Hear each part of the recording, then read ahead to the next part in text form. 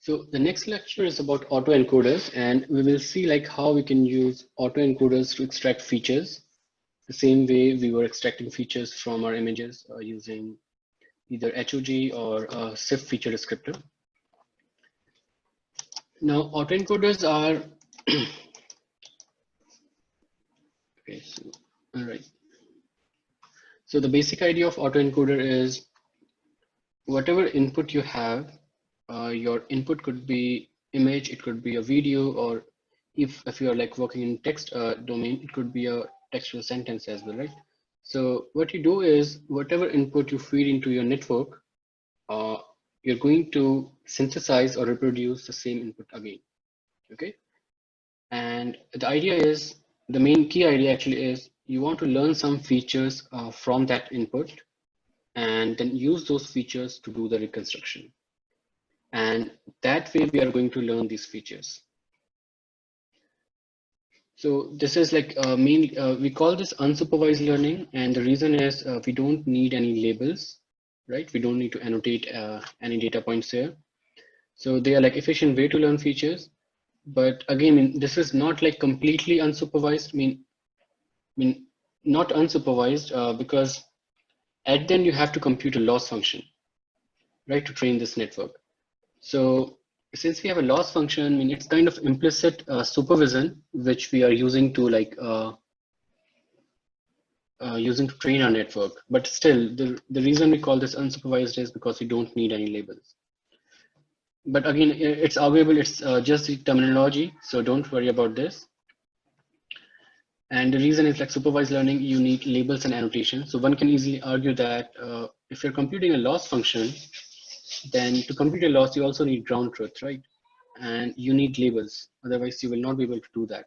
It's a different story that your labels are easily determined from your input data. So one can easily argue that, I mean, it's not actually unsupervised learning. So architecture of an autoencoder, it has two main components, encoder and decoder.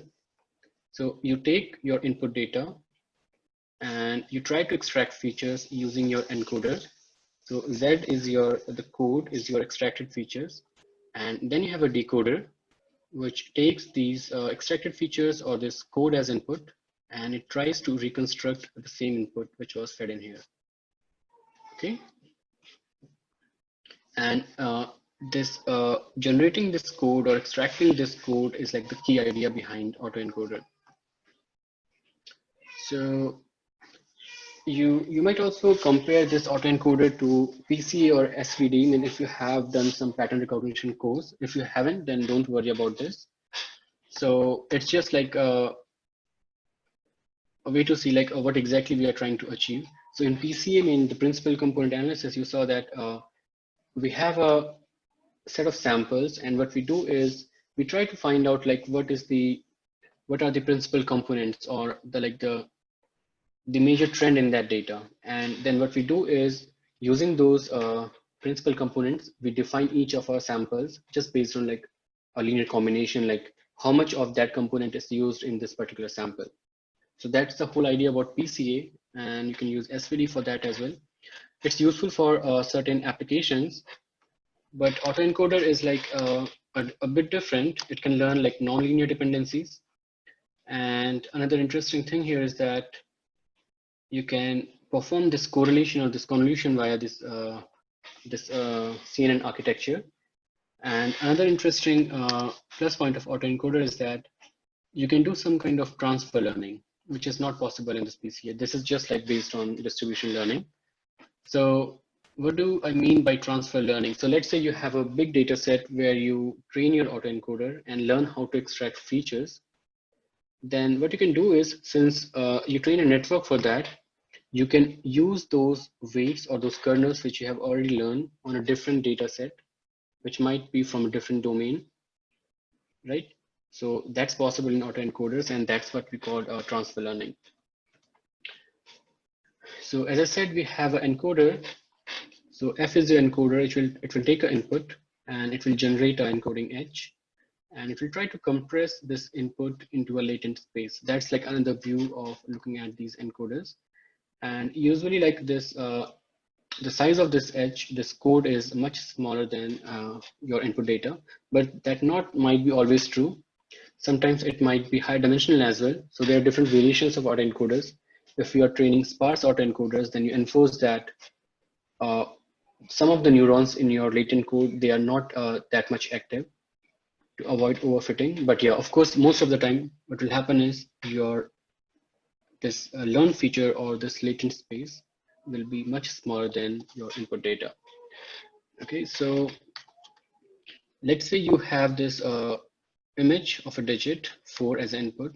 So in the encoder, you will learn this latent representation of this 4, right? And of course, what you want is if it's a 28 cross 28 image, so in total you have somewhere 784 or something close to 800 features or 800 neurons, right? Then you don't want to learn maybe a latent representation which has a dimension of 1000 or 800 or even 500, because then what the network can do is it can simply learn like what pixel value intensity values you have at each pixel location and just store that in this latent representation, and that you can easily use to reconstruct that input image. Okay, so therefore what you want is you want this latent representation to be much smaller than this, so that it only learns like the important features of 4, and that could be like something, one of the dimension in this latent representation might be representing that you have one vertical line, you have a smaller vertical line, a smaller horizontal line, and these lines are connected or not, these lines are connected or not. So that for that you only need like 5 or 6 dimensions, right? So something like that, a compact representation. And it should be in such a way that you can use that compact representation to again reconstruct this data. So then what will happen is, it means that whatever representation you are learning, you can call that a good feature, and you can also use that feature to perform different range of for different range of problems, right? Because if you can represent this 4 in, let's say, 4 or 5 dimensions, then you can use that for maybe classification or maybe something else, maybe image retrieval, right? So, and that's more efficient. Now, the second component is the decoder. So you take like whatever latent representation was generated by this encoder fx and pass it to G, which is your decoder, and try to reconstruct R, which will be as close to X as possible.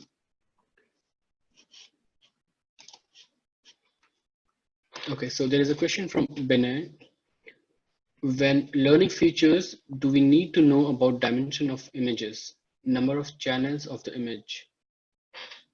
Yeah, I think you should know about that, because when you're designing your encoder, then you should know that how many channels you have in your image, whether it's a grayscale image or a colored image, right? And also like based on how many dimension you want to use for your latent representation, that will change like with the resolution of your input image. So that I think you should know beforehand. So I hope that was a question and it was clarified. Okay, so now autoencoders mean you can have very shallow, let's say you can only have one layer. So you take your input data, just one layer for neurons, and you predict your latent encodings. And using this, you just decode your outputs. Okay, that's a shallow autoencoder. That's perfectly fine. You can have a deep autoencoder. In this case, you have 2 layers. You can have 3 layers. You can have hundreds of layers. So that's perfectly fine. But the basic idea will remain the same. And the idea is how much deep your network is or how shallow it is. It doesn't matter. It should take some input, produce some latent code, and then you should have a decoder. Again, it doesn't matter like how deep this is.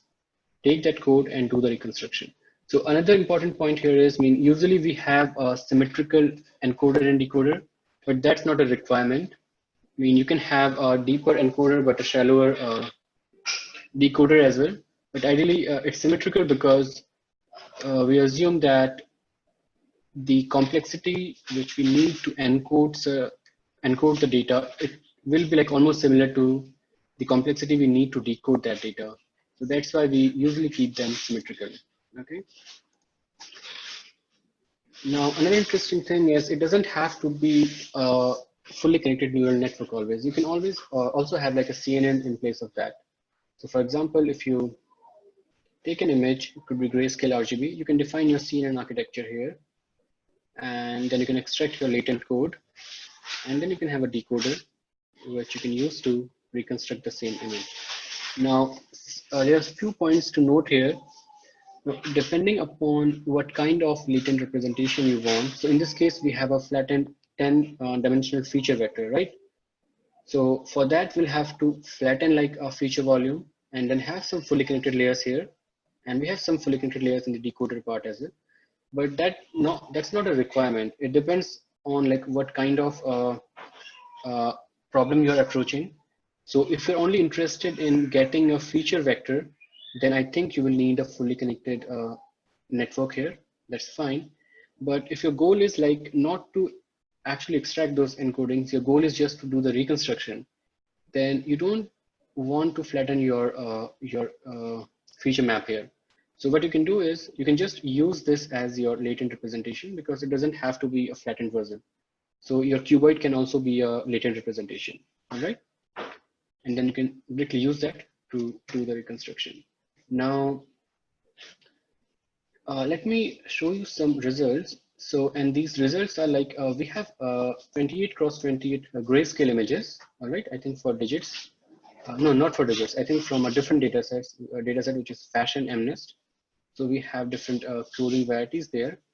And what was done is we tried to learn a latent vector which has only 2 dimensions, all right? So this is like around 784 neurons, the size of the image. And we are compressing that to a dimension of 2. So that's a lot of compression here. And these are like some of the reconstruction results. So this was the first row is the original image, okay? And the second row is the autoencoder reconstruction. So you can see that even if you compress this image to like just 2 dimensions, so you just have 2 numbers to represent this image, then you can use those 2 numbers to reconstruct that.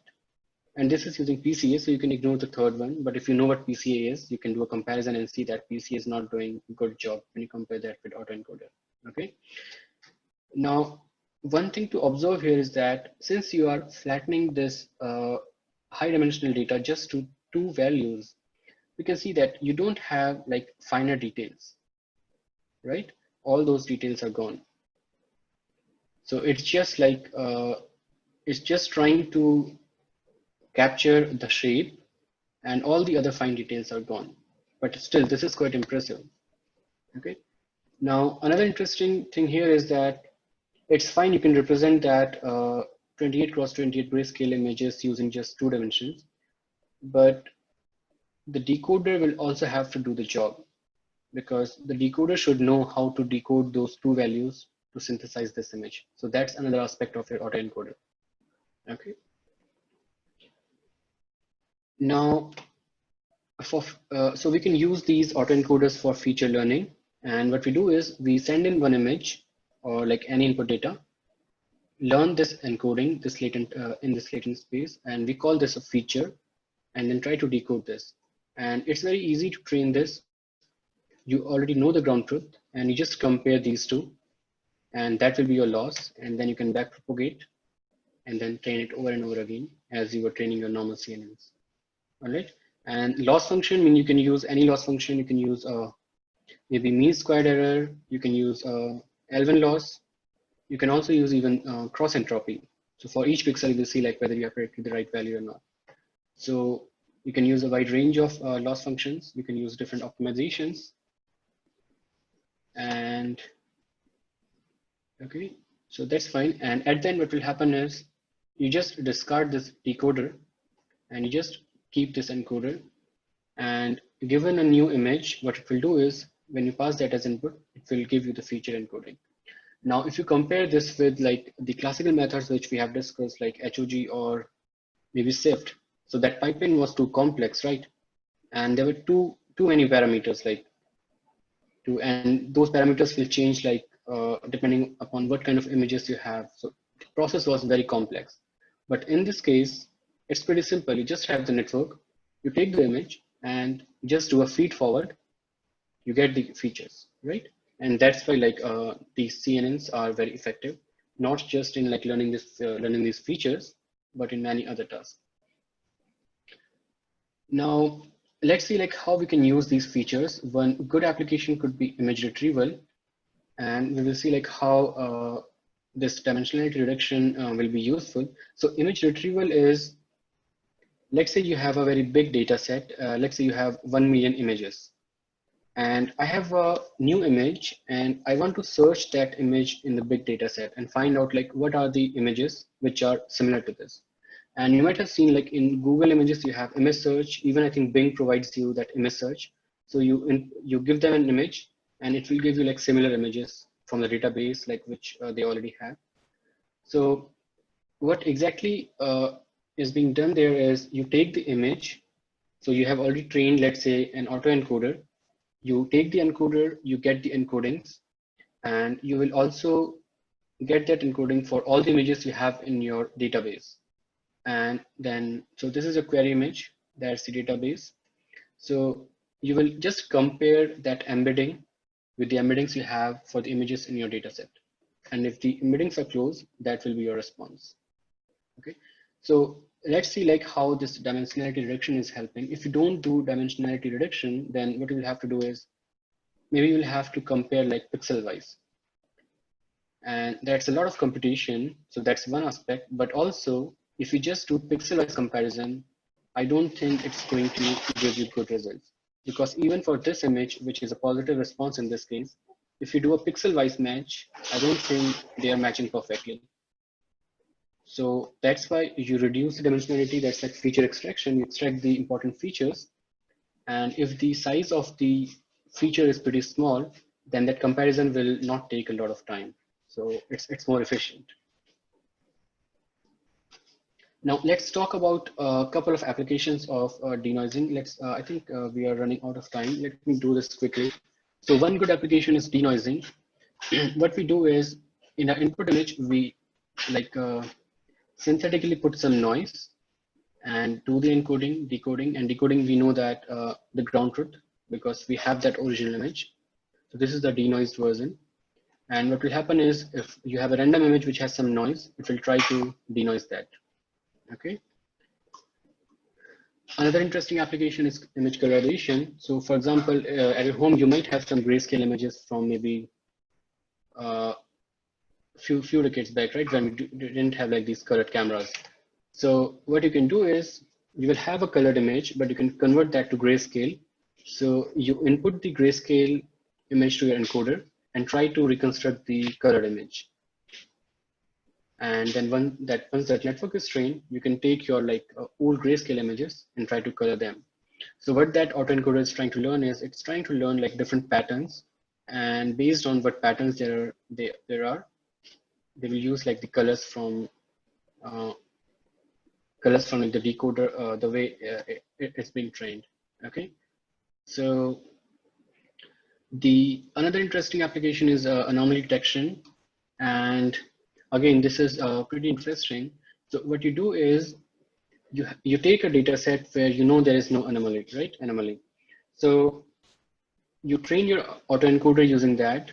Then what will happen is your decoder knows to do the reconstruction only of these known objects, right? If there is a tree, if there is a street, if there is a person. Now, during test time, if you have an image where there is an anomaly, so what you do is, for example, this small vehicle here, right? So your decoder has never do a synthesis or a reconstruction of this kind of object. So what will happen is if you will send this as an input, then at this particular location, your decoder will generate something, but it will not be exactly like this. So then based on like the difference between your input image and your synthesized image, you will be able to localize, okay, this doesn't seem like normal. And that's how it can be used. So there is a question from Jengtai. How does computer know tree is green when input is a grayscale image? Okay, so your input is a grayscale image, but still it does have like some texture, right? it has some kind of pattern. So when you're training your network, you are sending this as an input. So the encoder will learn some kind of features for this image, and the decoder will take those features and try to generate this colored image. So it's the task of the decoder to color like every object in the image. And it's going to train that way because we already have this colored image. You can compute the loss. So the decoder knows like if you have this pattern, then we should use this color. So if it will see like a pattern is similar to tree, then it knows it's like green because it was trained that way, right? So it will try to color it green. So does that answer your question? Okay, great. So that was anomaly detection, and I think that's all what I have. Just like to finish up, I think few properties. So the autoencoders, they are like data specific, and they can compress the data, but only for like scenarios where we have already trained it for. So if we have trained, let's say for grayscale images, right? And if we try to feed in like another image, maybe one channel of an RGB image, it might not work that well. So it's like very specific to the data which you are training it on. The other thing is it could be lossy because you're trying to compress your image, right? So most of the time it will happen that whatever reconstruction you're getting, it will be a degraded version of your input data. But that's fine. I mean, it depends on what you want. If you want to extract features, it doesn't matter at all. And the good thing is it's easy to train, and it automatically learns from the training examples, like what are the good features. And you can also use it for transfer learning. For example, if you have a bigger data set for like some type of images, and you want to use that train model for like some other data set, which are again images are similar, then that's pretty beneficial. And that's like true for like other deep learning approaches as well. So if you compare this with handcrafted features, you can see that how trivial this is. So for classical approaches, we talked about like more than a lecture, right? Previous lecture and most of the lecture today. But this autoencoder, it took, I think, what, 20 minutes, right? So that's the benefit. And that you will see like in most of the cases, in most of the problems which we are going to cover in the next lectures. Okay, so any questions we have? We have 2 minutes.